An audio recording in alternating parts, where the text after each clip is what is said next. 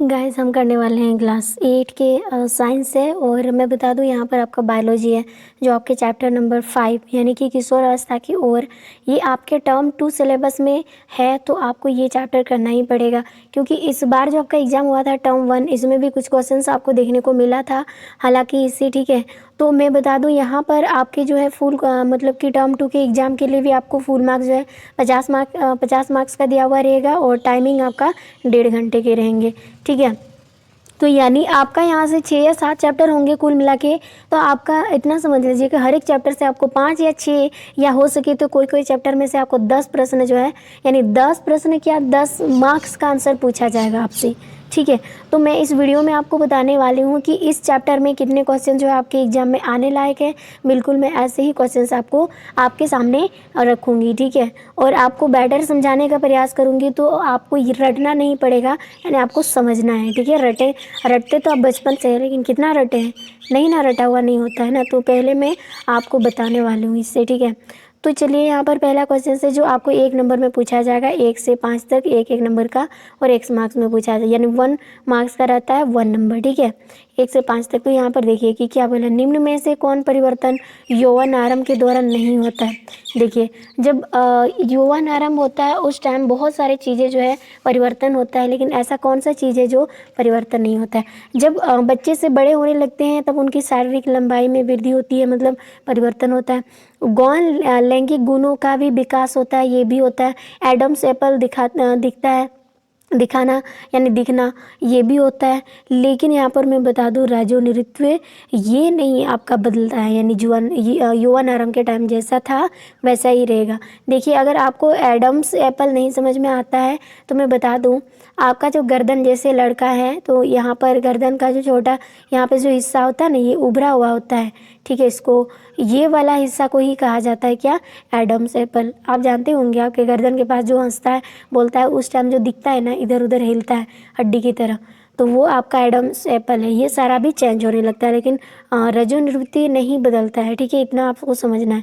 आगे है ये वाला आपका एग्जाम में भी पूछा था इस बार, ठीक है, कि स्त्रियों में होने वाले मासिक स्राव की सामान्य अवधि क्या होती है। तो मैं बता दूं लड़कियों में जो होती है मतलब मासिक स्राव, जिसको हम लोग पीरियड बोलते हैं, ठीक है, वो 28 दिनों के अंतराल में होता है, यानी 28 दिनों के बाद में हो जाता है दोबारा, ठीक है। आगे निम्न में से कौन सा आहार किशोर के लिए सर्वोत्तम है, ये भी आपका एग्जाम में पूछा गया था और आपको मालूम ही होगा, ठीक है।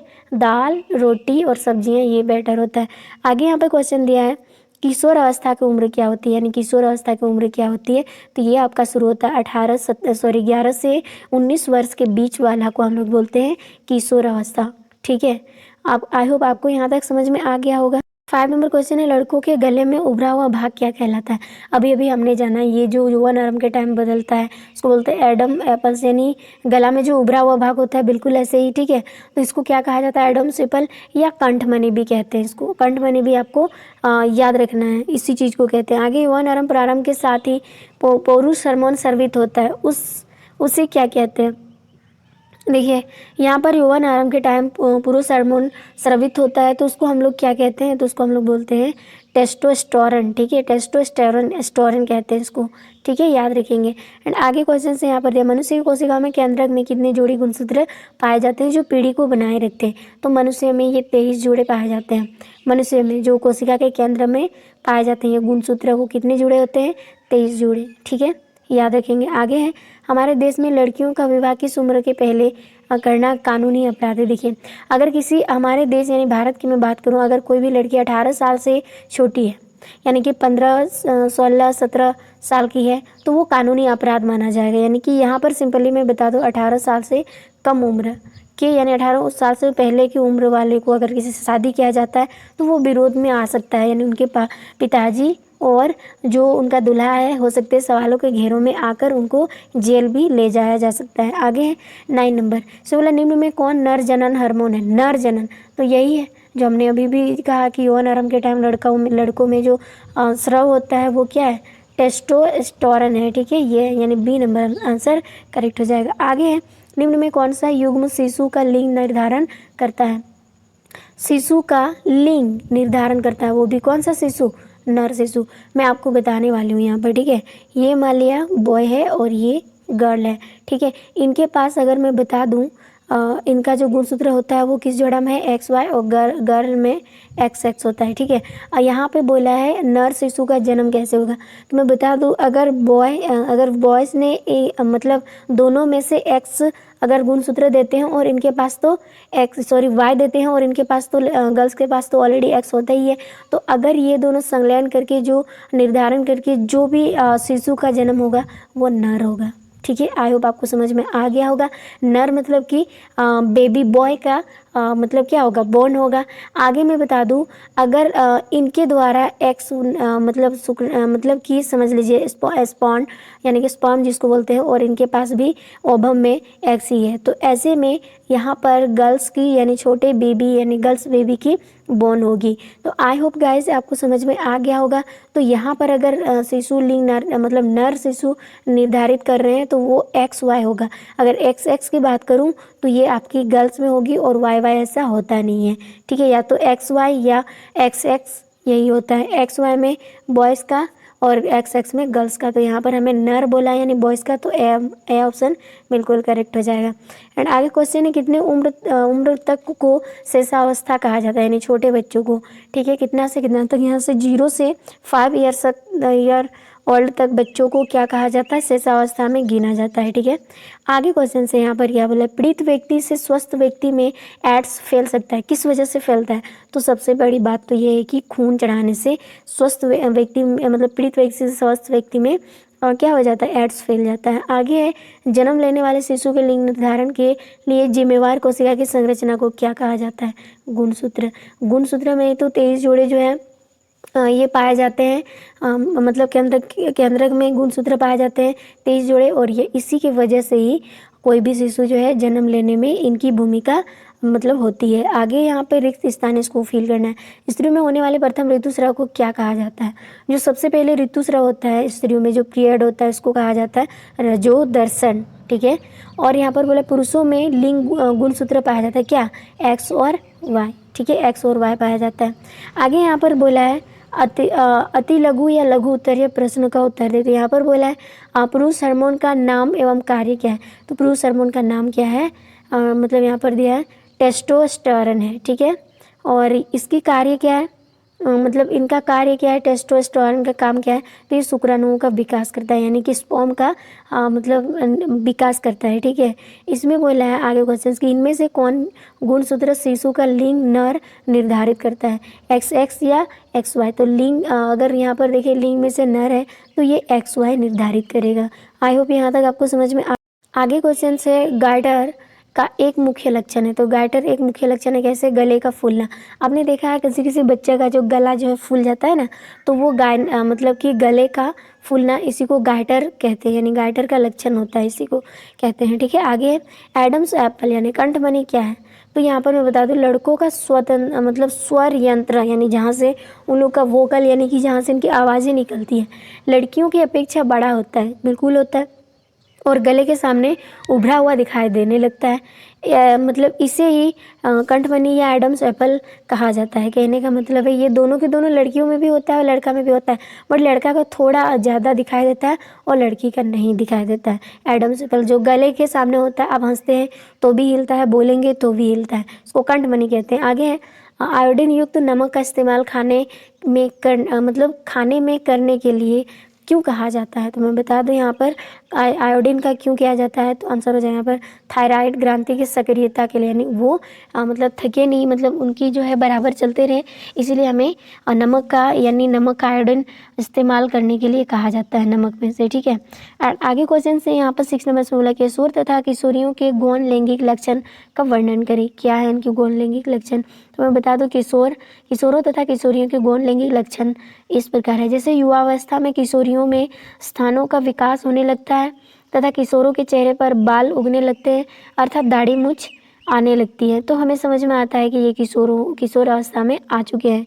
ये लक्षण क्योंकि किशोरियों को किशोरों से पहचानने में सहायता करती है, अतः इन्हें गौण लैंगिक लक्षण कहा जाता है। इन्हीं को क्या कहा जाता है, गौण लैंगिक लक्षण कहा जाता है। आगे क्वेश्चन से ऋतुस्राव। ऋतुस्राव क्या है, वर्णन करें। तो यहाँ पर आंसर हो जाएगा, जब अंडाणु का निषेचन नहीं हो पाता तब गर्भाशय की अंदरूनी परत में जमा हुई रुधिर वाहिकाओं की परत टूटती है और योनि द्वारा से बाहर आती है, इसे ही ऋतुस्राव कहा जाता है। आई होप आपको समझ में आ गया होगा। ठीक है, आगे है 2 जल टैंक यानी क और ख में मेढकों को यानी कि अंडों को वयस्क होने के लिए रखा गया है। ठीक है, कुछ दिनों बाद टैंक क में टैडपोल वयस्क होकर छोटे बड़े मेढक आकार में आने लगे और टैंक ख में भी टैडपोल वयस्क नहीं हो पाए हैं, वह मृत्यु पाए गए। टैंक क में क्या ऐसा था जिससे टैडपोल वयस्क हो पाए, क्या था, और टैंक क में क्या नहीं था, ख में क्या नहीं था जिस वजह से वो मर गए। तो आंसर हो जाएगा, टैंक क के जल में आयोडीन था और टैंक ख में आयोडीन की कमी थी, जिस वजह से टैंक ख वाला में जो है वो मर गए। जितने भी बच्चे मतलब टैडपोल आए थे वो सारे, लेकिन टैंक क में ऐसा कुछ नहीं हुआ क्योंकि वहाँ पे आयोडीन बराबर था। 10 नंबर क्वेश्चन से। ठीक है, 10 नंबर क्वेश्चन भाग 1 इसमें क्या बोला, राकेश एक उच्च विद्यालय का छात्र है, वह पढ़ाई एवं खेल में बहुत अच्छा है। एक रविवार उसके दोस्तों ने उसे छुपा कर गुड़िया को फाड़ कर कुछ खाते में खाते हुए देखा। तो मतलब क्या हुआ आगे, फिर ये बोलता है जब उससे पूछा गया कि वह क्या खा रहा है तो बिना उत्तर दिए वह वहाँ से चला गया। तो यहाँ पर क्या रीज़न है, तो यहाँ बोले राकेश के व्यवहार के बारे में आपको क्या कहना है, यानी आखिर उन्होंने ऐसा क्यों किया। और फिर आगे बोला राकेश के किस प्रकार का पुड़िया का सेवन कर रहा था, यानी किस प्रकार का पुड़िया जो है सेवन कर रहा था, या क्या उसका इन सब चीज़ों को खाना सही है या नहीं है। आज अगर नहीं है तो फिर क्यों है इसका बताना। तो यहाँ पर आंसर देखिए कि राकेश का व्यवहार मतलब संदेहास्पद तथा नकारात्मक है। जो चीज़ गलत है और गलत को छुपाया जाता है, कभी भी सच को छुपाया नहीं जाता है और गलत को हमेशा छुपाने के चांसेस में रहा जाता है। तो ये राकेश जो है गलत काम कर रहे थे, इसीलिए वो बिना कुछ जवाब दिए वहाँ से चले गए थे क्योंकि गलत काम कर चुके थे। आगे है, हो सकता है राकेश किसी नशीले पदार्थ का सेवन कर रहा हो, मतलब उनके चले मतलब राकेश यहाँ पर बोले ना, राकेश किस प्रकार के पुड़िया का सेवन कर रहा होगा। तो यहाँ पर होगा मतलब कि क्या होगा, तो यहाँ पर हम कह सकते हैं हो सकता है वो नशीले पदार्थ का सेवन कर रहा होगा। फिर आगे है यहाँ पर उसका ऐसा करना सही नहीं है, उसका ऐसा करना सही नहीं है क्योंकि ऐसे पदार्थ सेवन करना स्वास्थ्य के लिए बहुत ही ज़्यादा हानिकारक होता है, आप भी नहीं करो। ठीक है, आगे किशोर अवस्था क्या है, तो यहाँ पर हो जाएगा जीवन काल की वह समय यानी वह अवधि जब शरीर में ऐसे परिवर्तन होते हैं जिनके परिणाम स्वरूप जनन परिपक्वता आती है, किशोर अवस्था कहलाती है। आपको समझ में आ गया होगा, यानी जीवन काल का ऐसा समय है जो हमारे शरीर में परिवर्तन होते रहता है और जनन परिपक्व आदि जो है निकल के आती हैं, तो उन्हीं को किशोर अवस्था कहा जाता है। आगे क्वेश्चन से यौवन आरंभ किसे कहते हैं, तो मैं बता दूं जनन क्षमता का विकास होना ही यौवन आरंभ कहा जाता है। आई होप आपको समझ में आ गया होगा, इसको दोबारा बोलने की ज़रूरत नहीं पड़ेगी। आगे मनुष्य के जीवन काल के विभिन्न अवस्थाओं को लिखिए। देखिए इनकी क्या क्या अवस्था है, कितने कितने समय में क्या कहा जाएगा। देखिए 0 से 5 साल तक की उम्र को शैशवावस्था कहा जाता है, इस बात को याद रखना। 6 से 10 वर्ष की उम्र को बाल्य अवस्था कहा जाता है। 11 से 19 वर्ष की उम्र को किशोर अवस्था कहा जाता है और इसके बाद वाला युवा अवस्था तथा इसके बाद अवस्था जो है वो प्रौढ़ावस्था कहा जाता है। आपको याद रखना 0 से 5 शैशवावस्था, 6 से 7 बाल्यावस्था, 6 से 10 बाल्यावस्था और 11 से 19 किशोर अवस्था, इसके बाद आपका युवा अवस्था। उसके बाद जब आपका दांत उजाड़ने लगेगा तो वो आपका हो जाएगा प्रौढ़ावस्था। ठीक है, आगे क्वेश्चन से यहाँ पर 14 नंबर से बोला किसी व्यक्ति की लंबाई किस बात पर निर्भर करती है, तो आंसर हो जाएगा लंबाई माता पिता से प्राप्त जीन यानी वंशानुगत जो लक्षण है माता पिता का उसी पर निर्भर करता है कोई भी व्यक्ति की लंबाई। ओके, आगे है नलिका वाहिनी ग्रंथि किसे कहते हैं, तो कुछ ग्रंथि जैसे कि संवेदन ग्रंथि या तेल ग्रंथि तथा लार ग्रंथि, ये 3 चीज़ें हार्मोन को सीधे रक्त प्रवाह में डाल देती है, इसीलिए इन्हें नालिका वाहिनी ग्रंथि भी कहा जाता है। बस इसका यही रीजन है। आगे है किस अवस्था में सीखने की क्षमता सर्वाधिक होती है, किस अवस्था में, तो आंसर हो जाएगा किशोर अवस्था में। सीखने की जो भी क्षमता होगी सबसे ज़्यादा किशोर अवस्था में होती है, यानी 11 से 19 साल के उम्र तक। आगे है गौण लैंगिक लक्षण किससे कहते हैं, तो ऐसे लक्षण जो लड़कियों तथा लड़कों की पहचान को अलग करने में सहायता करते हैं उसे गौण लैंगिक लक्षण कहते हैं। ठीक है, जैसे लड़कों में दाढ़ी मूंछ आना, ठीक, तो ये गौण लैंगिक लक्षण की संकेत देता है। आगे हार्मोन क्या है, तो आंसर हो जाएगा वह रासायनिक पदार्थ है जो अंतःस्रावी ग्रंथि द्वारा स्रावित किए जाते हैं और उसे हम लोग हार्मोन कहते हैं। आगे क्वेश्चन से टेस्टोस्टेरोन और एस्ट्रोजन के कार्य बताएं। तो आंसर हो जाएगा टेस्टोस्टेरोन। और पुरुष में सहायक लैंगिक अंगों तथा द्वितीय लैंगिक लक्षणों जैसे दाढ़ी, मूंछ तथा आवाज़ को नियंत्रित करता है। ठीक है, ये यानी कि टेस्टोस्टेरोन, ठीक है, ये आवाज़ को भी क्या करती है, कंट्रोल करती है। आगे स्ट्रोज मतलब परिवर्तन करती है, नियंत्रित करती है। आगे स्ट्रोजन यानी कि स्ट्रोजन स्त्रियों में सहायक लैंगिकों अंगों तथा द्वितीय लैंगिक लक्षणों जैसे स्तन, ग्रंथियाँ, केस, विन्यास तथा आवाज़ को नियंत्रित करती है। यानी कि आप समझ गए होंगे मतलब कि ये जो है यानी कि ये जो आपका यहाँ पर मतलब कि टेस्टोस्टेरोन है ये लड़कों में है और जो एस्ट्रोजन है ये लड़कियों में है। इनकी आवाज़ में बदलाव देती है, स्थानों की भी परिवर्तन होता है। क्वेश्चन है जनन हार्मोन के उत्पादन का नियंत्रण किस ग्रंथि के हार्मोन द्वारा किया जाता है। तो आंसर हो जाएगा ये पीयूष ग्रंथि द्वारा होता है। आगे कौन सी ग्रंथि वृषण में, शुक्राणु में, अंडाणु के परिपक्व होने में नियंत्रित करता है। तो यही है कौन सा, पीयूष ग्रंथि। आगे क्वेश्चन यहाँ पर दिया है नर तथा मादा जनन हार्मोनों के नाम लिखिए। देखिए नर जनन हार्मोन जो है वो टेस्टोस्टेरोन है और मादा जनन हार्मोन जो है ये एस्ट्रोजन है। याद रखेंगे ये दोनों, ठीक है। आगे यहाँ पर क्वेश्चन है ऋतुस्राव को मासिक चक्र क्यों कहा जाता है। क्योंकि ऋतुस्राव को मासिक चक्र इसीलिए कहते हैं क्योंकि ये लगभग 28 से 30 दिनों के बाद मतलब एक बार फिर होता है, इसीलिए इसे मासिक चक्र भी कहा जाता है। यानी हर महीने यानी 28 से 30 दिन के बाद। आगे रजो दर्शन क्या है, तो हमने पहले भी पढ़ा था रजो दर्शन क्या है। तो पहला ऋतुस्राव यौन आरंभ में जो होता है उसे रजो दर्शन कहते हैं। यानी लड़कियों में जो पहला ऋतुस्राव होता है, पहला पीरियड होता है, इसी को ये मतलब कि क्या कहा जाता है, रजो दर्शन, ठीक है। आगे है रजो निवृत्ति क्या है। मानव मादा यानी मानव मादा के जनन काल की उत्तरावस्था में जब ऋतुस्राव चक्र रुक जाता है तो इस अवस्था को रजो निवृत्ति कहा जाता है, ठीक है। एंड आगे क्वेश्चन से मनुष्य में लिंग निर्धारण को समझाएं। तो मनुष्य में लिंग निर्धारण कैसे होता है। तो यहाँ पर हम बता दें जब एक्स गुणसूत्र वाला स्पर्म, ठीक है, अंडाणु को निषेचित करता है यानी कि ओवम को निषेचित करता है तो युग्मनज में 2 गुणसूत्र यानी XX मिल जाती है जो मादा शिशु में विकसित हो जाती है यानी गर्ल्स में विकसित हो जाती है। कहने का मतलब जब मतलब एक्स गुणसूत्र वाला शुक्राणु और शुक्राणु यानी स्पर्म जो कि पुरुष जाति में होता है वो अंडाणु को निषेचित करेगा तो एक तो उनके पास यानी गर्ल्स के पास एक्स ही होता है और ये एक्स को छोड़ दिया तो यहाँ पर XX होने से गर्ल्स मतलब गर्ल्स बेबी की जो है बोर्न होती है, ठीक है। और आगे मैं बात करूँ जब वाई गुणसूत्र वाले स्पर्म अंडाणु को निषेचित करेगी और इनके पास तो एक्स था और इन्होंने वाई ट्रांसफ़र कर दिया तो यहाँ पर बॉय यानी बेबी बॉय होने की काफ़ी चांसेस है, काफ़ी क्या होता है ऐसा, ठीक है। आई होप आपको यहाँ तक समझ में आ गया होगा। आगे क्वेश्चन से मनुष्य की कोशिका के केंद्रक में कितने जोड़े गुणसूत्र पाए जाते हैं। हमने देखा था 23 जोड़े, तो 23 जोड़े हैं यहाँ पर भी। आगे किन्हीं 3 अंत मतलब स्रावी ग्रंथियों के नाम लिखिए। तो कौन कौन सा है, तो आंसर देखिए यहाँ पर थायराइड, अग्नाशय एवं एड्रिनल ग्रंथि, ये 3 है। आगे क्वेश्चन यहाँ पर दिया एड्रिनल हार्मोन का क्या कार्य होता है। यानी एड्रिनल क्रोध, चिंता एवं उत्तेजन की अवस्था में तनाव के संयोजन का कार्य करती है, तनाव के संयोजन का कार्य करती है। आगे क्वेश्चन से कायांतरण किसे कहते हैं। तो आंसर हो जाएगा कीट एवं मेढक को वयस्क रूप में आने के लिए अनेक चरणों से गुजरना पड़ता है। larva से वयस्क बनने के लिए इस परिवर्तन को ही कायांतरण कहा जाता है। आपने मेढक के कुछ बच्चों को देखे हैं, मतलब मछली की तरह लगते हैं, उनके पूंछ होते हैं, फिर धीरे धीरे वो बड़ा होता है, फिर उनका पूंछ धीरे धीरे कट जाता है, तो इसी को कायांतरण कहते हैं। जो larva से वयस्क बनता है तो इसमें जितने भी इस समय जो परिवर्तन हुआ, प्रक्रिया हुई, इसी को कहा जाता है कायांतरण। आगे स्वस्थ किसे कहते हैं। तो शारीरिक, मानसिक एवं सामाजिक कुशलता में जो संतुलन होता है इसी को स्वस्थ कहा जाता है। आगे क्वेश्चन यहाँ पर देखिए क्या होगा यदि भोजन में लौह तत्व की कमी हो जाए। तो भोजन में लौह तत्व की कमी हो जाने से कमजोरी आभास होगा जिसको एनीमिया रोग कहा जाता है। एनीमिया यानी खून कमी हो जाती है और कुछ नहीं। अगर भोजन में लौह तत्व की कमी हो जाएगी तो शरीर कमजोर पड़ जाएगा क्योंकि हमें मालूम है लौह जो है ये खून की कमी से यानी एनीमिया रोग जो है खून की कमी से होती है। आगे है एड्स किस तरह के विषाणु द्वारा होता है। तो मैं बता दूं एड्स जो है ये HIV नामक विषाणु द्वारा होता है और HIV का फुल फॉर्म जो होता है वो क्या होता है। तो इसका फुल फॉर्म होता है ह्यूमन इम्यूनोडिफिकेंसी वायरस होता है, ठीक है। आगे है एड्स का संपूर्ण रूप क्या होता है।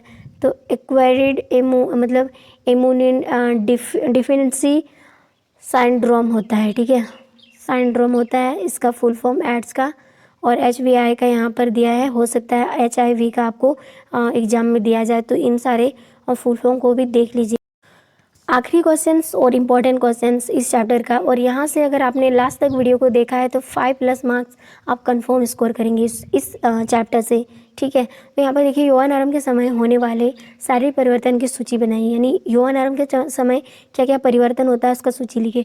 तो यहाँ पर देखिए यौवन आरंभ के समय जो होने वाले परिवर्तन है, इनमें से सबसे पहले तो लंबाई में वृद्धि होता है या नहीं होता है, लंबाई में वृद्धि होता है। कोई बच्चा यौवन आरंभ की ओर आ रहा है तो उसकी लंबाई में वृद्धि हो जाएगी, लंबी हो जाएगी। शारीरिक आकृति में भी क्या हो जाता है, परिवर्तन हो जाता है। स्वर में यानी आवाज़ भी बदलता है, लड़का का बड़ा होता है और लड़की की सुरीली हो जाती है। आगे जनन अंगों की विकास होना या मानसिक बौद्धिक एवं संवेदनात्मक परिपक्वता प्राप्त होना, इसको बोलते हैं यौवन आरंभ में परिवर्तन। या शरीर के विभिन्न भागों में बालों का उगना, ये भी क्या है, एक यौवन आरंभ में होने वाले परिवर्तन की संकेत हमें देती है।